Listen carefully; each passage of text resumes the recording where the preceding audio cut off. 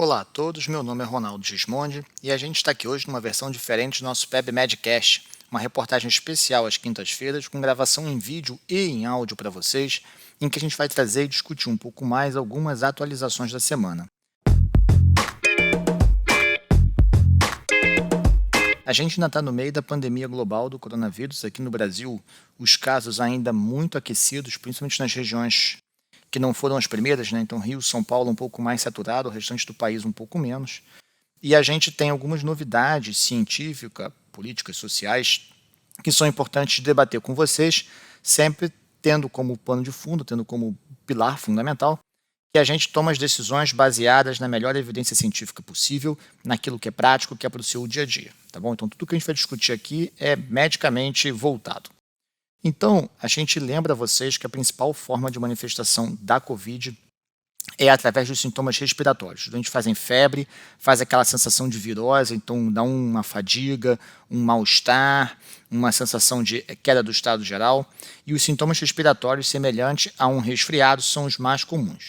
A gente tem que estar alerta porque a maior parte das gravidades normalmente vem na forma respiratória, e aí o resfriado ele começa a ganhar cara de gripe e pneumonia, quando a pessoa começa a fazer tosse, a ficar mais o cansaço, que antes era uma fadiga, agora se manifesta mais como dispneia, uma sensação de falta de ar, ofegante, e esses são os doentes que vão ficar mais graves.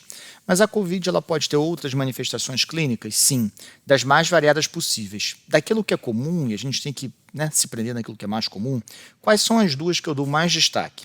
Manifestações cardiovasculares, então clínica de insuficiência cardíaca, clínica de síndrome coronariana, arritmias podem ser manifestações, tanto porque o doente é um cardiopata que descompensa com a doença, quanto por uma atividade inflamatória do vírus. A gente tem alguns casos tanto de hipercoagulabilidade com trombose, quanto de miocardite. Além disso, o sintoma gastrointestinal também é muito comum, como outras viroses, então o doente fica enjoado, vomita, tem diarreia, mas é interessante que, pelo menos até o momento, formas graves de lesão gastrointestinal aconteceram, é claro, mas não são tão comuns quanto as formas graves de pulmão ou coração.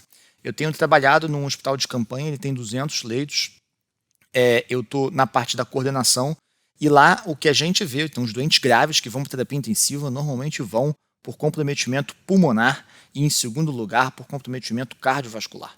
Então, essa é a marca da gravidade principal, pelo menos nesse modelo de assistência que a gente está prestando. E aí, quando você leva esse doente para terapia intensiva, o que você tem que ficar de olho nele, né? A doença do COVID é uma doença lenta. Então, essa doença ela leva ali em torno de 14 dias entre o início dos sintomas, o seu pico e o final da doença. Quando o doente é muito grave, vai para a ventilação mecânica, essas 2 semanas podem se estender. Mas no doente que fica no suporte de oxigênio e depois tem alta, essa é a fase. Os primeiros dias costumam ter sintomas leves, uma virose geral. Ali entre o 5º e o 7º dia é onde o bicho pega. Então, essa hora, se um doente que foi atendido por você volta, é bandeira vermelha, né? Ele veio lá no 1º e 2º dia, você falou para ele que era um resfriado, ele estava bem, foi para casa, e agora entre o 5º e o 7º dia ele volta, você liga o sinal de alerta, porque ele pode agravar. Esse agravamento pode ser súbito e rápido e nem sempre você consegue prever. Mas há umas ferramentas que podem te ajudar bastante. Então, da 5º ao 7º dia até o 12º, 14º, é um momento de alerta para as complicações. Lembra um pouco da cinética do dengue, né? É um pouquinho mais cedo no dengue, mas lembra também aquela fase hemorrágica do dengue, né? E aí, o que você tem que estar alerta? Normalmente, a complicação é insuficiência respiratória, hipoxemia refratária e necessidade de intubação. E existe um grupo de doentes que às vezes faz muita hipoxemia com poucos sinais clínicos de dispneia. Eu sei que dispneia é um sintoma, tá? Mas eu estou falando assim, de tiragem, musculatura acessória, taquipneia. Então, às vezes, o doente está muito hipoxêmico e não tão desconfortável. Outros vão estar francamente desconfortáveis. E o momento de intubar, ele vai vir pela refratariedade à suplementação de O2 ou se você tiver esses sinais clínicos de insuficiência respiratória. Não há um marco ideal. A saturação está ali. Você botou 10, 12, 14, 15 litros. E a saturação não passa de 9,2, 9,3, 9,4. É mau sinal para vocês. E o que é difícil, às vezes, para o médico mais novo, e é onde eu deixo a dica aqui para vocês, é o seguinte: qual é o momento do tubo chegar? Né? Então, eu espero a saturação ficar totalmente refratária ou eu intubo mais precocemente? A gente não tem nenhuma evidência de que intubar precoce melhora a mortalidade. Pelo contrário, em alguns locais que estão tendo pressão negativa, duplo circuito, filtro EPA, respirador, EPI full, eles conseguem até fazer VNI ou catéter de alto fluxo. Essas duas modalidades de assistência ventilatória não invasiva, elas foram proscritas no início da epidemia, principalmente na China e na Itália, mas em locais onde você consegue proteger a sua equipe, não é que elas não funcionam, elas funcionam, só que elas geram aerossol. Então você tem que ter um ambiente muito bem estruturado para você poder fazer isso. Mas então, se você deixa para entubar um doente que com o máximo de O2 possível, bolsa reservatório, 100% de FiO2, você satura menos que 90, você vai passar perrengue na intubação, né? Normalmente na intubação, os doentes eles acabam falecendo por hipoxemia ou por hipotensão. Então, se você for entubar o cara, você ali sentiu que está 9,2, 9,3, não melhora, é o momento que está chegando e você deve tentar, na intubação, ter todos os cuidados necessários para que não haja hipotensão ou hipoxemia, que são as duas causas frequentes de óbito. Uma coisa que você pode fazer na tentativa de postergar ou evitar isso é o prona espontâneo. Então, os trabalhos já mostram que quando você bota o doente de barriga para baixo, sem estar entubado, tá? Na macro de O2, esse doente ele pode aumentar em 10 pontos percentuais a saturação dele. Não aumentar em 10%, não, é sair de 85 para 95, de 90 para quase 100. Melhora bastante, a gente vê isso na vida real. E se o doente ficar confortável nessa posição, poxa, ótimo, ele vai talvez, se a pior fase da doença for rápida, ele passa por isso brevemente. E aí eu estava falando com vocês que vocês têm que tentar perceber entre o quinto e o sétimo, e o 12º, 14º dia, qual é o doente que vai fazer a forma grave. Você tem os sinais clínicos de insuficiência respiratória e você tem os sinais laboratoriais.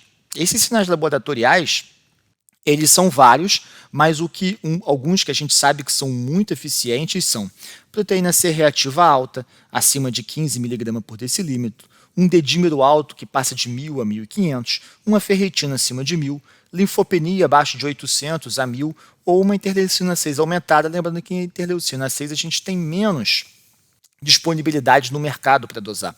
Então, um cenário comum no campanha quando chega, o doente chega, né, os médicos mais novos falam assim, e agora, o que a gente faz? Está ali 10 litros, 92 de saturação.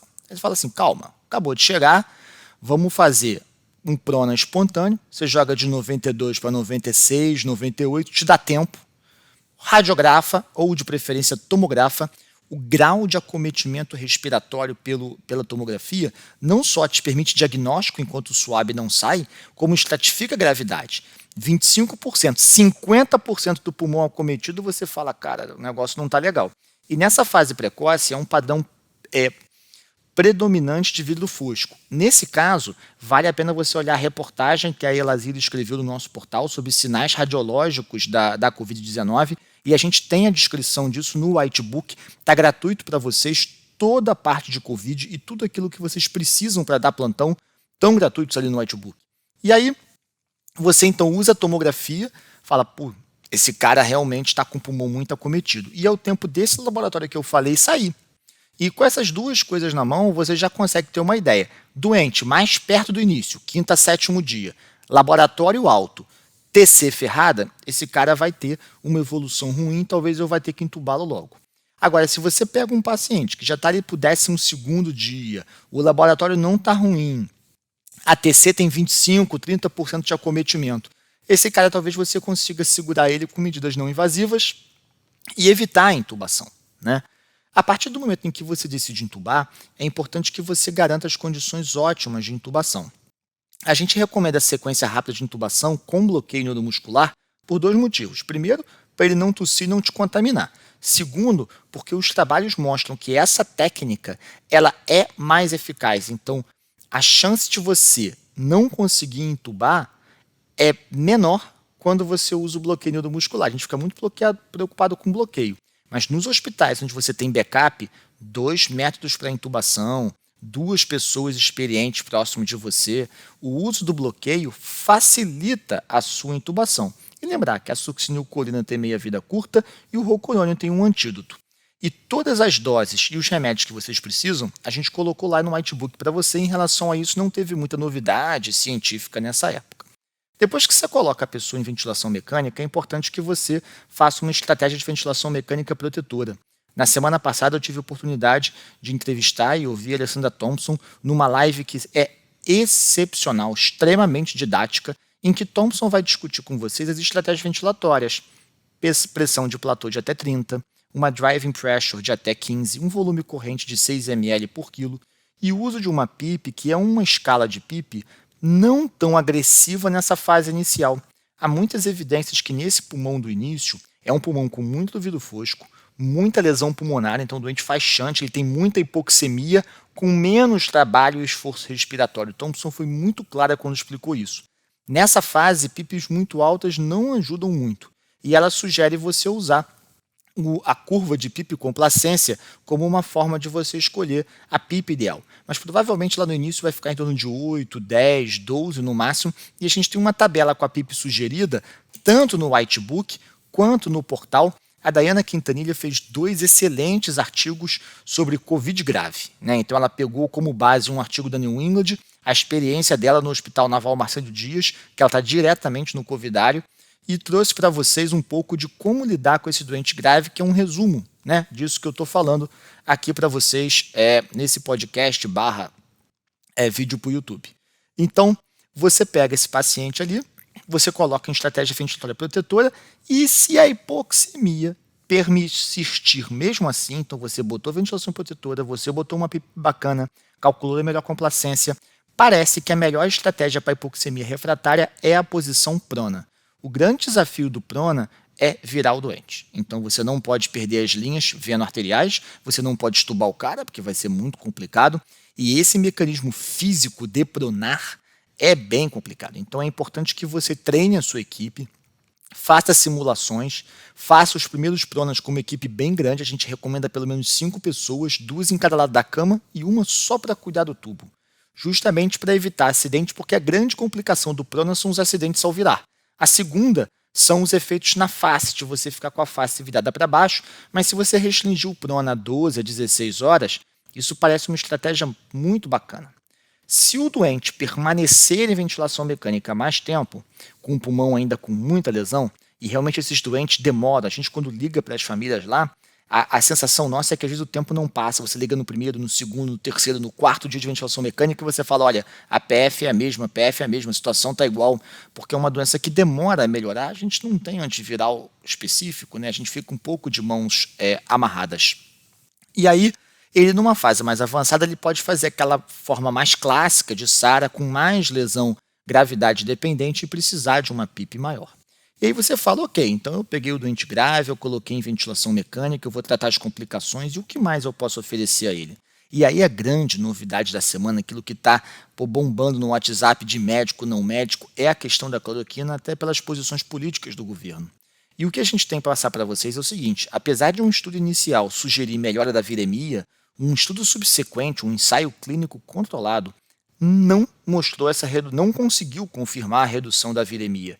Mais do que isso, foi feito um ensaio clínico aberto, mas era um ensaio clínico, o doente foi randomizado com 1 ou 2 centenas de pacientes e também não viu benefício clínico nas formas leves a moderadas.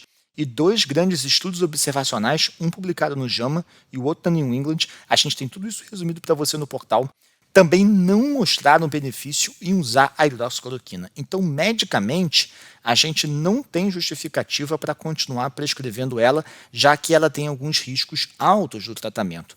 Diferente, por exemplo, da ivermectina, onde eu tenho só um estudo observacional que sugere talvez uma melhora, ele usou 150 micrograma/quilo em dose única, mas a ivermectina é dose única, é barata e tem um índice terapêutico, uma segurança muito maiores, né? Então a gente fica muito mais tranquilo para fazer em relação ao risco da hidroxicloroquina.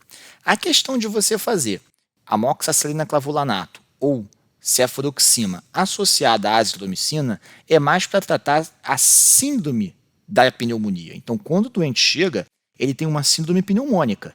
Você vai tratar com oseltamivir para cobrir influenza e você vai fazer clavulin e azitro para tratar pneumonia. Agora, se vem cultura negativa, SWAB de influenza negativo, PCR de COVID positivo, esses antibióticos não servem para nada, eles não têm benefício em continuar usando. O que a gente tem visto que realmente funciona e é onde eu boto as minhas fichas, que eu acho que vai valer a pena, é a questão da trombose. Existe um lance trombótico no COVID, a gente vê que o doente às vezes faz AVC, ele faz síndrome coronariana aguda e eles têm um dedímero alto e esse dedímero é um fator prognóstico. Então, quando você tem dedímero alto, você deve pensar ou em aumentar a dose da profilaxia de TVP, fazer uma dose profilêutica que a gente chama, ou fazer terapia com anticoagulação plena e a heparina de baixo peso molecular é o que a gente mais tem usado. Tem que ter um pouco de cuidado no doente com doença renal crônica.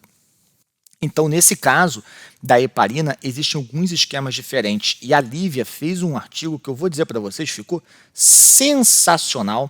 Esse artigo se chama Anticoagulação na Covid-19, quais as recomendações mais recentes de guidelines em sociedades. A gente publicou 19 de maio no portal.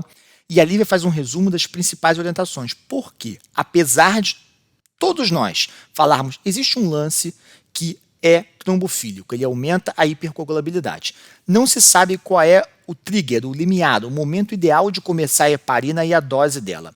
Dos vários esquemas propostos pela Lívia, o que eu mais gostei para a vida real, mas eu não tenho evidência científica para provar isso para vocês, é o da Sociedade Espanhola de Trombose e Hemostasia. Eu convido vocês a lerem, em que basicamente ele fala o seguinte: olha, se o seu doente tem marcador de gravidade do COVID e o dedímero está acima de 3.000, você tem que pensar em fazer 1 mg/kg de enoxaparina, quiçá 2 vezes ao dia para esses doentes.